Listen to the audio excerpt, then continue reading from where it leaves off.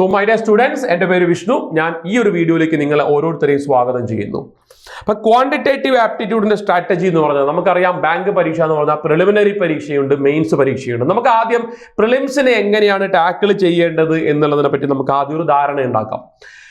Bank പരീക്ഷകളിൽ തന്നെ IBPS പരീക്ഷ ഒരു രീതിയിലാണ്, RRB SBIയും IBPS ഒക്കെ ഒരു രീതിയിലാണ് നടക്കുക, RRB നടക്കുന്നത് മറ്റൊരു രീതിയിലാണ്.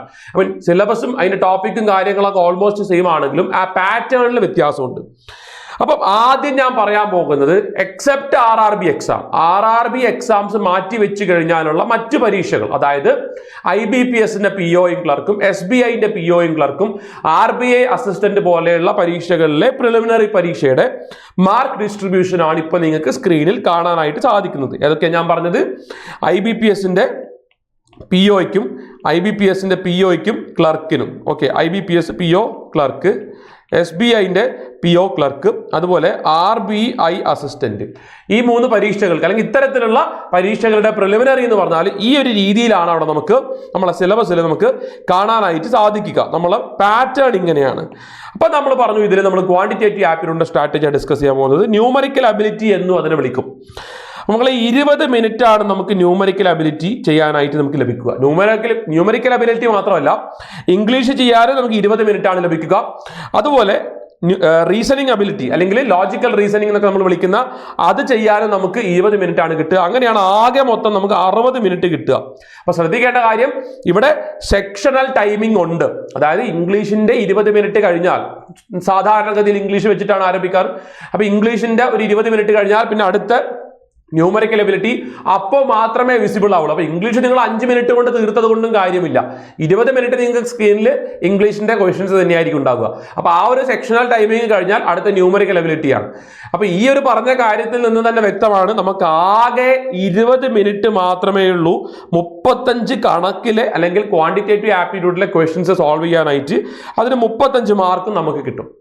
അപ്പൊ അതിന്റെ കട്ട് ഓഫ് എന്ന് പറഞ്ഞാൽ നമുക്കറിയാം, ഈ 20 മിനിറ്റിൽ 35 ക്വസ്റ്റ്യൻ എന്ന് പറയുമ്പോൾ നമുക്ക് സ്വാഭാവികമായിട്ടും ഒരു ക്ലറിക്കൽ ലെവൽ ഒരു പരീക്ഷയൊക്കെയാണ് അതെങ്കിൽ നിസ്സംശയം പറയാം 30 മാർക്ക് 30ന്റെ മുകളിൽ നമ്മൾ മേടിച്ചേ പറ്റുള്ളൂ. PO ഒക്കെ ആണെങ്കിൽ അപ്പോഴും ഒരു 25 എബോവ് എന്താണെങ്കിലും നമ്മൾ സ്കോർ ചെയ്തേ പറ്റുള്ളൂ. അറ്റംപ്റ്റ് ചെയ്യാൻ ആർക്കും പറ്റും, സ്കോർ ചെയ്തേ പറ്റുള്ളൂ. അതായത് 20 മിനിറ്റിൽ അപ്പം 30-ലധികം ചോദ്യങ്ങൾ ഒരു ക്ലറിക്കൽ എക്സാമിനാണെങ്കിൽ ശരിയാക്കണം എന്ന് പറയുമ്പോൾ നിങ്ങൾക്ക് മനസ്സിലാവുന്നുണ്ടെന്ന് കരുതുന്നു. നിങ്ങൾ ഏത് ലെവലിൽ നിങ്ങൾ ക്വാണ്ടിറ്റേറ്റീവ് ആപ്റ്റിറ്റ്യൂഡ് സ്ട്രോങ് ആക്കിയിട്ടുണ്ടാകണം എന്നുള്ളത്. Okay, so you have 20 minutes only and you have 35 quantitative aptitude questions or numerical ability questions and you have 35 marks, total 35 marks. okay, ഇപ്പൊ കഴിഞ്ഞ വർഷത്തെ നമുക്കറിയാം കട്ട് ഓഫും കാര്യങ്ങളൊക്കെ അത്ര ചെറുതൊന്നും അല്ല. ഇപ്പൊ IBPSന്റെ ക്ലറിക്കിന്റെ ഒക്കെ ആണെങ്കിൽ തന്നെ 80-85 വരെയൊക്കെ കട്ട് ഓഫ് പോയിട്ടുണ്ട് 100-ല്. അപ്പൊ ചെറിയ കാര്യമല്ല, കട്ട് ഓഫ് മുകളിൽ തന്നെയാണ് വരിക. നമുക്ക് POയ്ക്കൊക്കെ 60 മാർക്കിന്റെ മുകളിലൊക്കെ കട്ട് ഓഫിനെ പറ്റി ആധികാരികമായിട്ട് ഞാൻ മറ്റൊരു വീഡിയോ നിങ്ങൾക്ക് കൃത്യമായിട്ട് ഐഡിയ തരാനായിട്ട് ചെയ്യുന്നതായിരിക്കും. ഇത് പറഞ്ഞ കൂട്ടത്തിൽ പറഞ്ഞു എന്നേ ഉള്ളൂ. അത്രയൊക്കെ കട്ട് ഓഫ് പോകുന്നത് കൊണ്ട് നമുക്ക് ഒരിക്കലും എന്താണ് പ്രിലിംസ് ഈസി ആയിട്ട് പാസ്സാകാൻ പറ്റുമെന്ന് തെറ്റിദ്ധരിക്കരുത്. Okay, yes. അടുത്തത് RRBയുടെ prelims. Okay, regional rural bank, നമ്മളെ കേരള ഗ്രാമീൺ ബാങ്ക് കേരളത്തിൽ അത്തരത്തിലുള്ള റീജിയണൽ റൂറൽ ബാങ്കുകളിലേക്ക് നടത്തുന്ന POയുടെയും ക്ലർക്കിന്റെ ഒക്കെ പരീക്ഷയിൽ നമുക്ക് ആകെ ഉണ്ടാവുക നമുക്ക് 45 മിനിറ്റ് ആണ്. വെറും 45 മിനിറ്റ് ആണ്. And what is the number of questions? 40 80 ചോദ്യം. അപ്പൊ നേരത്തെ കേസിൽ 20 ക്വാണ്ട് ക്വസ്റ്റ്യൻസ് ചെയ്യാൻ 35 ക്വാണ്ട് ക്വസ്റ്റ്യൻ ചെയ്യാൻ 20 മിനിറ്റ് ആണെന്ന് പറഞ്ഞു. ഇവിടെ നമുക്ക് 40 റീസണിങ്ങും 40 ന്യൂമറിക്കൽ അബിലിറ്റിയും കൂടി ചെയ്യാൻ ആകെ നമുക്ക് എത്ര സമയമേ ഉള്ളൂ?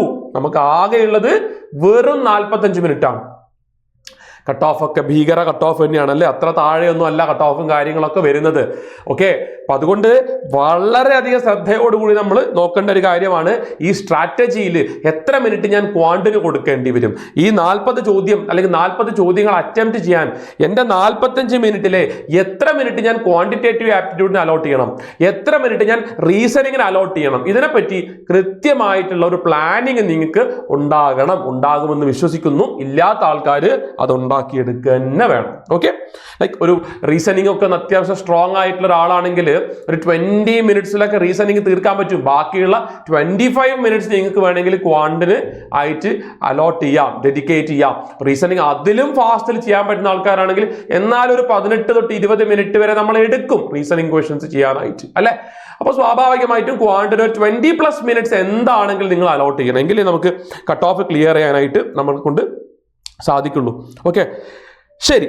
ഇനി നമ്മളെ പ്രിലിമിനറിയിലെ ക്വാണ്ടിറ്റേറ്റീവ് ആപ്റ്റിറ്റ്യൂഡിനെ പഠിക്കാനുള്ള എളുപ്പത്തിനായിട്ട് നമുക്കതിനെ 3 ആയിട്ട് ക്ലാസിഫൈ ചെയ്യാം. ഓക്കെ, ജസ്റ്റ് ഫോർ നമ്മളെ ലേണിംഗ് പ്രോസസ് ഈസി ആക്കാൻ വേണ്ടിയിട്ട് നമുക്ക് അതിനൊരു 3 ആയിട്ട് നമുക്ക് ക്ലാസിഫൈ ചെയ്യാം. നമുക്ക് സ്പീഡ് മാത്ത് ഉണ്ട്. സ്പീഡ് മാത്ത് എന്ന് പറയുമ്പോൾ എന്താണ്?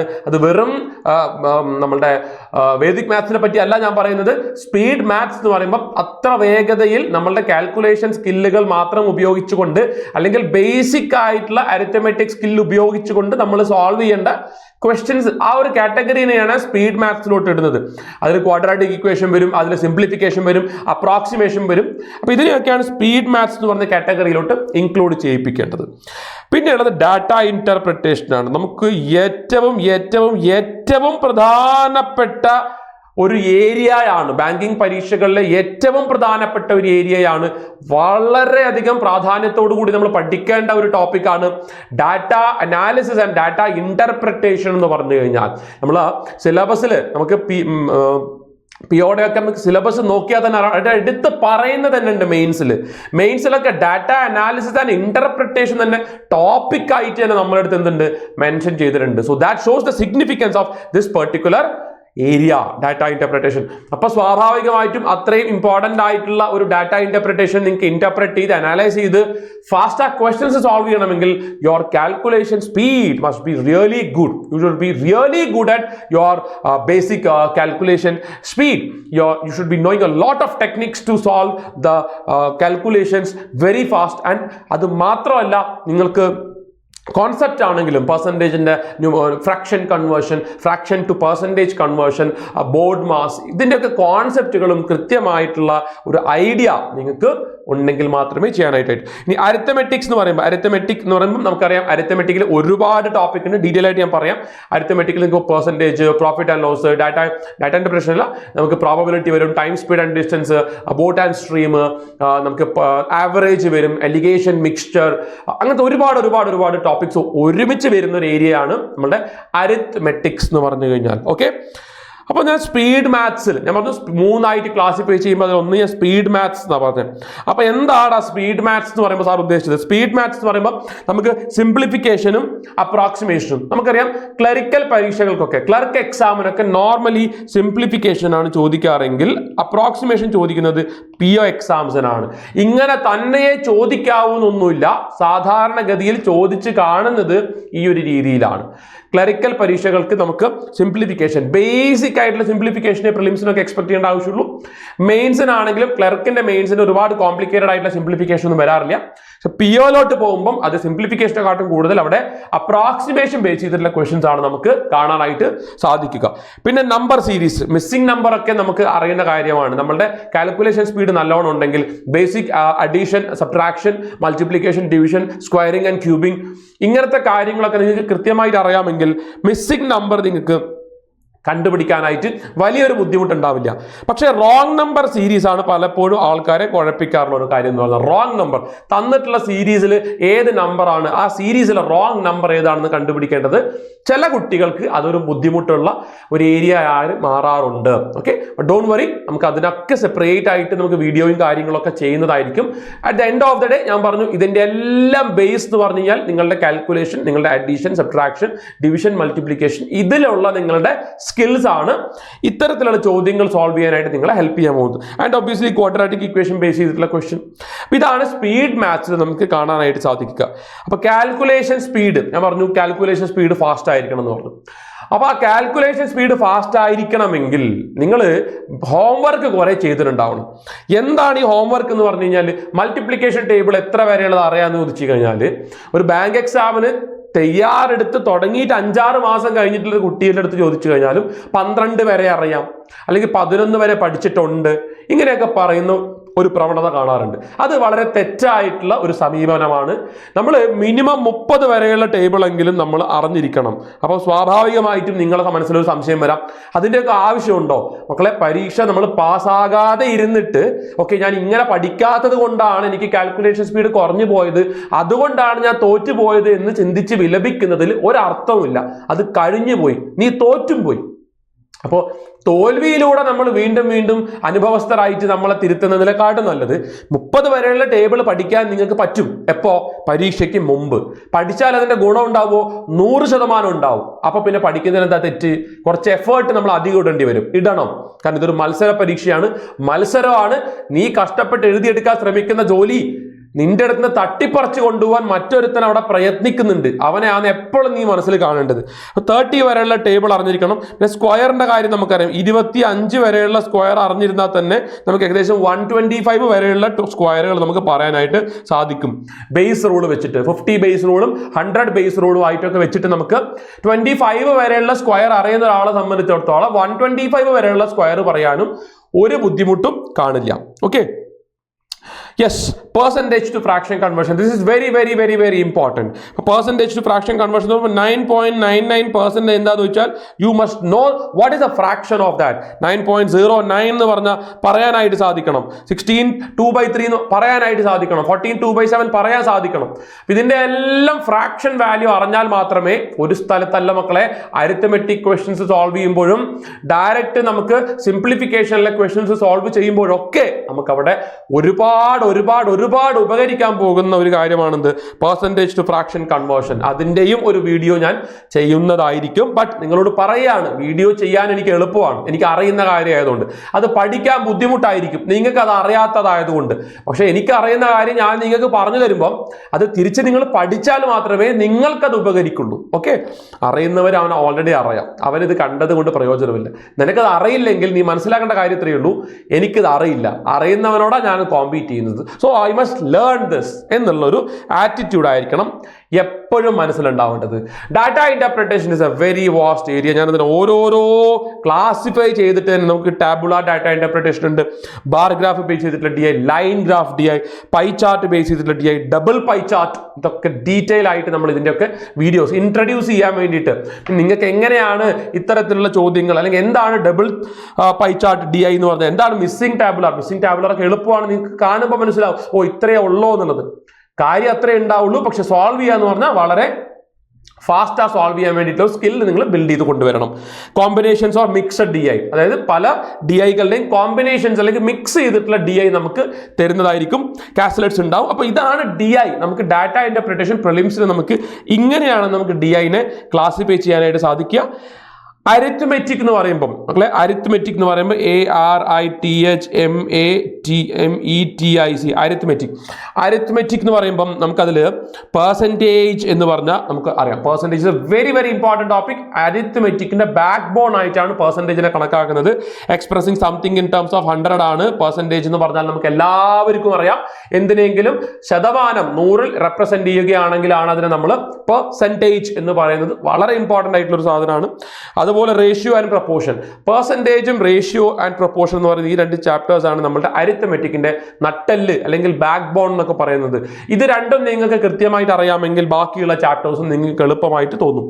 Profit loss and discount, yet another important chapter. Average, ages, ഈ ഏജസും ഈ റേഷ്യോ പ്രപ്പോർഷനും ഇതെല്ലാം ഒരുമിച്ച് തന്നെ നമുക്ക് പഠിച്ചു പോകാവുന്ന ടോപ്പിക്കാണ്. Simple and compound interest, time and work, pipe and system. Again ഇത് രണ്ടും ഒരുമിച്ച് പഠിച്ചു കൊണ്ടുപോകാൻ പറ്റുന്ന കാര്യമാണ്.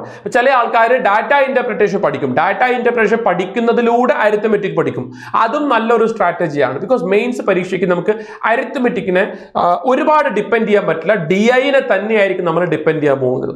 മെയിൻസിന്റെ കാര്യം ഞാൻ പറയാം. അവിടെ വേർഡ് പ്രോബ്ലംസ് ഒക്കെ വരുമ്പം ചിലപ്പോൾ അത് വളരെ കോംപ്രഹെൻഡ് ചെയ്യാൻ പോലും ബുദ്ധിമുട്ടുള്ള രീതിയിലുള്ള വേർഡ് പ്രോബ്ലംസ് പലപ്പോഴും വരാറുണ്ട്. അങ്ങനെ വരുമ്പോൾ DI ആയിരിക്കും നിങ്ങളെ ഹെൽപ്പ് ചെയ്യാൻ പോകുന്നത്. ഓക്കെ. DI എന്ന് വെച്ചാൽ അനലൈസ് ചെയ്തിട്ട് ഡാറ്റ ബേസ് ചെയ്തിട്ടുള്ള ക്വസ്റ്റൻസിനെ നമ്മൾ സോൾവ് ചെയ്യണം എന്നുള്ളതേ ഉള്ളൂ.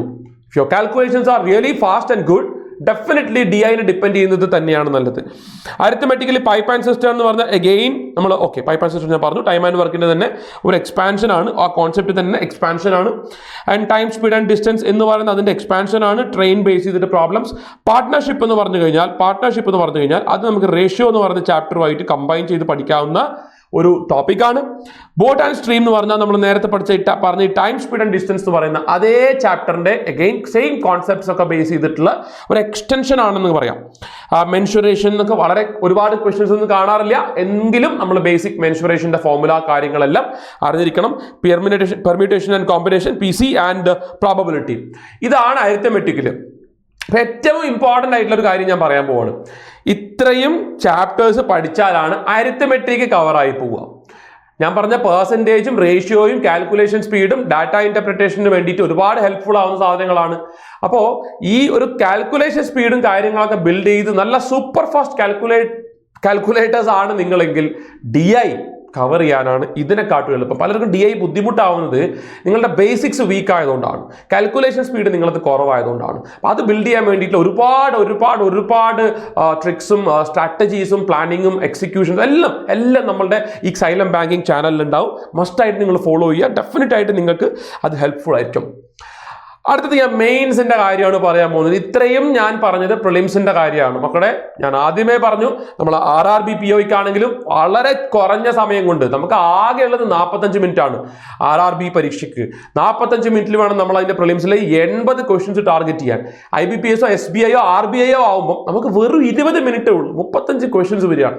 ഈ 35 ക്വസ്റ്റ്യൻസ് എന്ന് പറയുമ്പോൾ അതുകൂടി ഞാൻ പറഞ്ഞോട്ടെ, ആ 35 ക്വസ്റ്റ്യൻസ് എങ്ങനെയായിരിക്കണം അതിലൊരു ഡിസ്ട്രിബ്യൂഷൻ, അത് കൃത്യമായിട്ട് എവിടെയും ഡിസ്ട്രിബ്യൂഷൻ ഇങ്ങനെ ആയിരിക്കും എന്ന് നമുക്ക് പറയാൻ പറ്റില്ല, എങ്കിലും നമുക്ക് പറയാൻ സാധിക്കും ഏകദേശം ഈ സ്പീഡ് മാത്സ് ഉണ്ടല്ലോ, സ്പീഡ് മാത്സ് ഇത് നമ്മൾ ക്ലാസിഫൈ ചെയ്യുമ്പോൾ ഏകദേശം ഈ സ്പീഡ് മാത്സിന് ഒരു 12 to 15 ക്വസ്റ്റ്യൻസ് വരും എന്നുള്ളൊരു എക്സ്പെക്ടേഷന് നമുക്ക് പ്ലാൻ ചെയ്യാം. 12 to 15 ക്വസ്റ്റ്യൻസ്. അതുകൊണ്ട് തന്നെ കണ്ടോ, സിംപ്ലിഫിക്കേഷനും നമ്പർ സീരീസും മിസ്സിംഗ് നമ്പറും റോങ് നമ്പർ സീരീസും ക്വാഡ്രാറ്റിക് ഇക്വേഷനൊക്കെ നിങ്ങൾ പഠിച്ചു കഴിഞ്ഞാൽ ഏകദേശം 12 തൊട്ട് 15 ക്വസ്റ്റ്യൻസ് വരെ നമ്മളുടെ 35-ൽ നിന്ന് നമുക്ക് അവിടെ നിന്ന് ലഭിക്കും. മനസ്സിലായോ? So that is the relevance. Again ഇവിടെ നിന്ന് ഏകദേശം നമുക്കൊരു 10 ക്വസ്റ്റ്യൻ എവിടെ നിന്ന് കിട്ടും? DI നിന്ന് കിട്ടും. ഇത്രയും അരിത്തമെറ്റിക് ചാപ്റ്റർ നേരത്തെ ഞാൻ കാണിച്ചത് അത്രയും അരിത്തമെറ്റിക് ചാപ്റ്റേഴ്സ് കവർ ചെയ്താൽ ഏകദേശം 10 ക്വസ്റ്റ്യൻസ് ആണ് കിട്ടുക. മനസ്സിലാവുന്നുണ്ടോ? അപ്പോൾ സ്ട്രാറ്റജി വളരെ ഇമ്പോർട്ടൻ്റ് ആണ്. ഏതിന് പ്രാധാന്യം കൊടുക്കുന്നു എന്നുള്ളത് വളരെ ഇമ്പോർട്ടൻ്റ് ആണ്. ഡെഫിനറ്റ് ആയിട്ട് അരിത്തമെറ്റിക് പഠിച്ചാലേ ഡാറ്റ ഇന്റർപ്രിട്ടേഷനിൽ കുറേ ക്വസ്റ്റ്യൻസ് ചെയ്യാനായിട്ട് സാധിക്കുള്ളൂ. പക്ഷെ പ്രിലിംസിൽ നമ്മൾ ഫോക്കസ് ചെയ്യുമ്പം this is a very important area. Because അവിടെ നമുക്ക് കുറച്ച് ഈസി ആയിട്ട് നമുക്ക് മാർക്ക് മേടിക്കാനായിട്ട് സാധിക്കും. Okay, now coming on to mains mark distribution. RRB POന്റെ ക്ലർക്കിന്റെ മെയിൻസിന്റെ മാർക്ക് ഡിസ്ട്രിബ്യൂഷൻ ആണ് പറയുന്നത്. My focus is on numerical ability. നമുക്ക് 2 മണിക്കൂറാണുള്ളത്. 200 മാർക്കാണ് മെയിൻസ് RRB POയ്ക്കും ക്ലർക്കിനും. നമുക്ക് 40 ചോദ്യമാണുള്ളത്, 50 മാർക്കാണുള്ളത്. അപ്പൊ 40 ചോദ്യത്തിന് 40 മാർക്കായിരുന്നെങ്കിൽ ഒരു ചോദ്യത്തിന് 1 മാർക്ക് എന്ന് പറയാം. അതെങ്ങനെയാ 40 ചോദ്യത്തിന് 60 മാർക്കായിരുന്നെങ്കിൽ ഓരോ ചോദ്യത്തിന് 1.5 മാർക്ക് വെച്ചിട്ടാന്ന് പറയാം. എങ്ങനെ 40 ചോദ്യത്തിന് 50 മാർക്ക് വരുന്നത്? എല്ലാ ചോദ്യത്തിനും ഈക്വൽ വെയിറ്റേജ് അല്ല. ചില ചോദ്യങ്ങൾക്ക് നമുക്ക് 1 മാർക്ക് ആയിരിക്കില്ല, ചില ചോദ്യങ്ങൾക്ക് 2 മാർക്ക് ഉണ്ടാവും. അപ്പൊ അങ്ങനെയാണ് ആ 50 മാർക്കിലേക്ക്, ചിലതിന് 2 മാർക്ക് ഉണ്ടാവും, ചിലതിന് 1 മാർക്ക് ആയിരിക്കും. അങ്ങനെയാണ് ആ ഒരു 50 എന്ന് പറയുന്ന മാക്സിമം സ്കോറിലേക്ക് നമുക്ക് ന്യൂമറിക്കൽ എബിലിറ്റിയിൽ എത്താനായിട്ട് സാധിക്കാം. 50 out of 50 മേടിക്കുക എന്ന് പറഞ്ഞാൽ അതെല്ലാവർക്കും കൊണ്ടും പോസിബിൾ ആയിട്ടുള്ള കാര്യമൊന്നുമല്ല. It's quite impossible, almost impossible. പക്ഷേ നല്ല നമ്പർ ഓഫ് അറ്റംപ്റ്റ് നമുക്ക് ടാർഗറ്റ് ചെയ്യാനായിട്ട് നമ്മളെ കൊണ്ട് സാധിക്കണം. അത് ബേസിക്കലി നമ്മൾ പഠിക്കുന്ന സമയത്ത് നമ്മൾ സ്ട്രാറ്റജി പ്ലാൻ ചെയ്യുമ്പോൾ തന്നെ കൃത്യമായിട്ടൊരു പ്ലാനിങ് ഉണ്ടെങ്കിൽ നമുക്ക് അത്യാവശ്യം തരക്കേടില്ലാത്ത രീതിയിൽ നമുക്കത് അറ്റംപ്റ്റ് ചെയ്യാനായിട്ട് സാധിക്കും. അപ്പം ന്യൂമറിക്കൽ എബിലിറ്റിയിൽ ഞാൻ പറഞ്ഞു, അഗെയിൻ ഈ ന്യൂമറിക്കൽ എബിലിറ്റിയിൽ നമ്മൾ മെയിൻസിലോട്ട് പോകുമ്പോൾ ഓക്കെ, IBPSന്റെ കൂടി ഞാൻ പറയാം. IBPSൽ നമുക്ക് കണ്ടോ ഇവിടെ കറക്റ്റ് പറഞ്ഞിട്ടുണ്ട്. ഇവിടെ നമുക്ക് RRBക്ക് ന്യൂമറിക്കൽ എബിലിറ്റി എന്നാണ് പറഞ്ഞിട്ടുള്ളതെങ്കിൽ IBPSന് പറഞ്ഞിട്ടുള്ളത് ഡാറ്റ അനാലിസിസ് ആൻഡ് ഇന്റർപ്രിട്ടേഷൻ എന്നാണ് അവിടെ ഡയറക്റ്റ് ആയിട്ട് പറഞ്ഞിട്ടുള്ളത്. 35 ചോദ്യത്തിന് 60 മാർക്ക്, 45 മിനിറ്റ് ആണ് നമുക്കവിടെ കിട്ടുക കേട്ടോ. 35 ചോദ്യം, 60 മാർക്ക്, അതിൽ തന്നെ 45 മിനിറ്റ് ആണ് നമുക്ക് ലഭിക്കുക. അപ്പൊ ഇവിടെ ചില ചോദ്യങ്ങൾക്ക് 2 മാർക്ക് ഉണ്ടാവും. അപ്പൊ കറക്റ്റ് ഡാറ്റ അനാലിസിസും ഡാറ്റ ഇന്റർപ്രിട്ടേഷൻ ആണ് ഇവിടെ എടുത്തു പറഞ്ഞിട്ടുണ്ട്. ഓക്കെ, ശരി. IBPSന്റെ ക്ലർക്കിന് നമുക്ക് നോക്കാം. ക്ലർക്കിന് നമുക്ക് ക്വാണ്ടിറ്റേറ്റീവ് ആപ്റ്റിറ്റ്യൂഡ്, IBPSന്റെ ക്ലർക്കിന് മെയിൻസിന് ക്വാണ്ടിറ്റേറ്റീവ് ആപ്റ്റിറ്റ്യൂഡ് എന്നാണ് കാണാൻ പറ്റുക. അവിടെ നമ്പർ ഓഫ് ക്വസ്റ്റ്യൻസ് 50 ആണ്, മാർക്സും 50 ആണ്. 45 മിനിറ്റ്, 45 മിനിറ്റിൽ 50 ക്വസ്റ്റ്യൻസ് അറ്റംപ്റ്റ് ചെയ്യണം. 50 മാർക്ക് ഇൻറ്റു 1 കേട്ടോ, 50 എണ്ണത്തിന് 1 മാർക്ക് വെച്ചിട്ട്. ഓക്കെ, ശരി. ഇനി മെയിൻസിൽ എന്തൊക്കെയാണ് നമുക്ക് വരിക? മെയിൻസിൽ നമുക്ക് വരാൻ പോകുന്നത് ഓക്കെ സിംപ്ലിഫിക്കേഷൻ, അപ്രോക്സിമേഷനും കൂടി നമ്മൾ മനസ്സിൽ വെക്കണം. അപ്രോക്സിമേഷൻ കേട്ടോ, അപ്രോക്സിമേഷൻ ആണ് നമുക്കുള്ളത്. അപ്രോക്സിമേഷൻ. അപ്പോൾ സ്പീഡ് മാത്സിൽ സിംപ്ലിഫിക്കേഷനും അപ്രോക്സിമേഷനും നമ്പർ സീരീസ് ഓൾറെഡി നമ്മളോട് പഠിച്ചതാണ്. ക്വാഡ്രാറ്റിക് ഇക്വേഷനും അതുപോലെ തന്നെ. ക്വാഡ്രാറ്റിക് ഇക്വേഷനും നമുക്ക് മെയിൻസിന് നമുക്ക് എക്സ്പെക്ട് ചെയ്യാം. DI ആണടാ നമ്മളുടെ, DIനെയാണ് നമ്മളുടെ മാക്സിമം എന്ത് ചെയ്യേണ്ടത്, നമ്മൾ ഫോക്കസ് ചെയ്യേണ്ടത്. ഡാറ്റ ഇന്റർപ്രിട്ടേഷനെയാണ് കേട്ടോ. ശരി, അപ്പോൾ മെയിൻസിന്റെ DIനെ പറ്റി ഞാൻ ഒന്ന് ഡീറ്റെയിൽ ആയിട്ട് പറഞ്ഞുതരാം. മെയിൻസിന്റെ DI എന്ന് പറഞ്ഞു കഴിഞ്ഞാൽ നമുക്ക് അവിടെ റഡാർ ഗ്രാഫ് ബേസ്ഡ്, നമുക്ക് ചരന്തി വലയൊക്കെ പോലെ തോന്നുന്ന ബേസ് ചെയ്തിട്ട് DI ചോദിച്ചിട്ടുണ്ട്. ഫ്ലോ ചാർട്ട് DI ഉണ്ട്, ഫണൽ ബേസ്ഡ് DI ഉണ്ട്. ഇതൊക്കെ ജസ്റ്റ് ഒരു ഇൻട്രൊഡക്ഷൻ നിങ്ങൾക്ക് തരുന്നേ ഉള്ളൂ. ഡീറ്റെയിൽ ആയിട്ട് ഇതിൻ്റെയൊക്കെ വീഡിയോസ് ഞാൻ ചെയ്യുന്നതായിരിക്കും. അരിത്മെറ്റിക് ബേസ് ചെയ്തിട്ടുള്ള DI ഉണ്ട്. ഓക്കെ, അരിത്മെറ്റിക് ബേസ് ചെയ്തിട്ടുള്ള DI ഉണ്ട്, കാസ്ലെറ്റ് DI ഉണ്ട്, മിസ്സിംഗ് നമ്പർ ബേസ്ഡ് DI ഉണ്ട്, മിസ്ലേനിയസ് ആയിട്ടുള്ള ഇതിലൊന്നും ഉൾപ്പെടാത്ത DI ഉണ്ട്, കാൻഡിൽ സ്റ്റിക് DI ഉണ്ട്, സ്കാറ്റർ ഗ്രാഫ് ഉണ്ടാവും, സെറ്റ് തിയറി, വെൻ ഡയഗ്രം. അപ്പോൾ ഇതിനൊക്കെ ഓരോ പേര് കൊടുത്തു എന്നേ ഉള്ളൂ. ഈ രീതിയിൽ നമുക്ക് ആ പാറ്റേണിൽ കാണുമ്പോൾ ഓക്കെ ഇത് ആ ഡാറ്റ ഇന്റർപ്രിട്ടേഷൻ ആണ് എന്ന് നമുക്ക് പറയാം. മെയിൻസിന്റെ അരിത്തമെറ്റിക് എന്ന് പറഞ്ഞാൽ വേർഡ് പ്രോബ്ലംസ്, ഞാൻ പറഞ്ഞു വേർഡ് പ്രോബ്ലംസ്, കുറച്ച് കോംപ്ലിക്കേറ്റഡ് ആയിട്ടുള്ള വേർഡ് പ്രോബ്ലംസ് ആയിരിക്കും നമുക്ക് മെയിൻസിന് നമുക്ക് ലഭിക്കുക. കാസ്ലെറ്റ്സ് നമുക്ക് ലഭിക്കും. ഡാറ്റ സഫിഷ്യൻസി, ഇന്ന ഡാറ്റയിൽ ഏതായിരിക്കും സഫിഷ്യൻറ്റ്, 1 ഓൺലി 2 ഓൺലി, ഈ രീതിയിലുള്ള ക്വസ്റ്റൻസ് ആണ് ഡാറ്റ സഫിഷ്യൻസിയിൽ നമുക്ക് ആവശ്യമായിട്ട് വരിക. ക്വാണ്ടിറ്റി കമ്പാരിസൺ, Q1 Q2 എന്ന് പറഞ്ഞിട്ട് 2 സാധനങ്ങൾ തരും. ഇതിൽ ഏത് ക്വാണ്ടിറ്റി ഒക്കെ കമ്പയർ ചെയ്തുകൊണ്ടുള്ള ബേസ് ചെയ്തിട്ടുള്ള ക്വസ്റ്റൻസ് നമുക്ക് ക്വാണ്ടിറ്റി കമ്പാരിസൺ ഞാൻ ജസ്റ്റ് നിങ്ങൾക്ക് പറഞ്ഞു തരികയാണ്. ഒരു ഇൻട്രൊഡക്ഷൻ പോലെ കണ്ടാൽ മതി ഇതിനെ. ഇത്തരത്തിലുള്ള ചോദ്യങ്ങൾ ഇതിലൊന്നും പെടാത്ത ചില പുതിയ പാറ്റേണിൽ നമുക്ക് ആദ്യമായിട്ട് IBPS POയുടെ മെയിൻസിനൊക്കെ നമുക്ക് ചില പുതിയതായിട്ട് ഇതുവരെ കാണാത്ത പാറ്റേണുകളൊക്കെ അങ്ങ് വന്നു കളയും.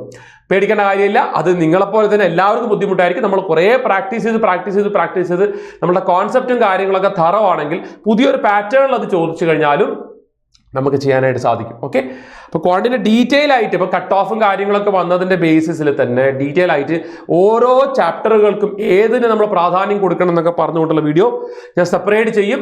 അപ്പോൾ ഇത്രയേ ഉള്ളൂ. ഇതാണ് ബേസിക്കലി ക്വാണ്ടിറ്റേറ്റീവ് ആപ്റ്റിറ്റ്യൂഡ്. ബാങ്ക് എക്സാമിൻ്റെ ക്വാണ്ട് എന്ന് പറഞ്ഞാൽ ഇതാണ്. അപ്പോൾ ഇതിൽ നിങ്ങൾക്ക് ഏറ്റവും ഒരു ഇൻട്രസ്റ്റിംഗ് ആയിട്ട് അല്ലെങ്കിൽ ബുദ്ധിമുട്ട് തോന്നത്തക്ക രീതിയിലുള്ള ഒരു ഘടകം എന്ന് പറഞ്ഞു കഴിഞ്ഞാൽ മെയിൻസിൻ്റെ DI ആണ്.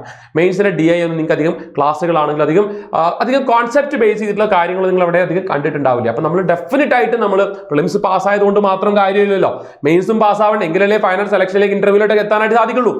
അപ്പോൾ അതുകൊണ്ട് ഡെഫിനറ്റ് ആയിട്ടും മെയിൻസ് കൂടി ഫോക്കസ് ചെയ്തിട്ടുള്ള രീതിയിലായിരിക്കും നമ്മുടെ ബാച്ചുകളാണെങ്കിലും നമ്മുടെ ചാനലിൽ വരുന്ന വീഡിയോസ് ആണെങ്കിലും കണ്ടന്റുകളെല്ലാം പ്രിലിംസിന് വേണ്ടി മാത്രം എന്നുള്ള രീതിക്കായിരിക്കില്ല, മെയിൻസ് കൂടി ടാർഗറ്റ് ചെയ്തിട്ടുള്ള രീതിയിലായിരിക്കും നമ്മൾ ഷെഡ്യൂൾ ചെയ്യുന്നുണ്ടാവുക, പ്ലാൻ ചെയ്യുന്നുണ്ടാവുക. വളരെ സീരിയസ് ആയിട്ട് പഠിക്കുന്ന നിങ്ങളുടെ ഫ്രണ്ട്സിന് ഈ വീഡിയോയും ഇനി വരാൻ പോകുന്ന വീഡിയോസ് കാണാനായിട്ട് ചാനൽ സബ്സ്ക്രൈബ് ചെയ്യാൻ നിങ്ങൾ സജസ്റ്റ് ചെയ്യുക. Okay my dear, so thank you for watching this video. ഞാൻ ഓൾറെഡി കാൽക്കുലേഷൻ സ്പീഡ് കൂട്ടാൻ വേണ്ടിയിട്ടുള്ള കുറച്ച് വീഡിയോസ് ഓൾറെഡി ചെയ്തു വെച്ചിട്ടുണ്ട്. ഇനിയും കുറേ വീഡിയോസ് ചെയ്തുകൊണ്ടിരിക്കുകയാണ്. അതൊക്കെ നമ്മളുടെ ചാനലിൽ അപ്ലോഡ് ചെയ്യുന്നതായിരിക്കും. അപ്ലോഡ് ചെയ്തിട്ടുള്ളവ നിങ്ങൾ ഉടൻ തന്നെ പോയിട്ട് കാണണം, കൃത്യമായിട്ട് ഫോളോ ചെയ്യുക, അതിനെ ഇംപ്ലിമെന്റ് ചെയ്യുക. ചോദ്യങ്ങൾ ചെയ്യുന്ന സമയത്ത് തന്നെ ഇംപ്ലിമെന്റ് ചെയ്ത് നോക്കുക. എങ്കിൽ മാത്രമേ പരീക്ഷാ ഹാളിൽ നമുക്കത് അവിടെ അപ്ലൈ ചെയ്യാനായിട്ട് നമ്മളെ കൊണ്ട് സാധിക്കുള്ളൂ. Okay my dear, so thank you for watching this video. Bye, take care.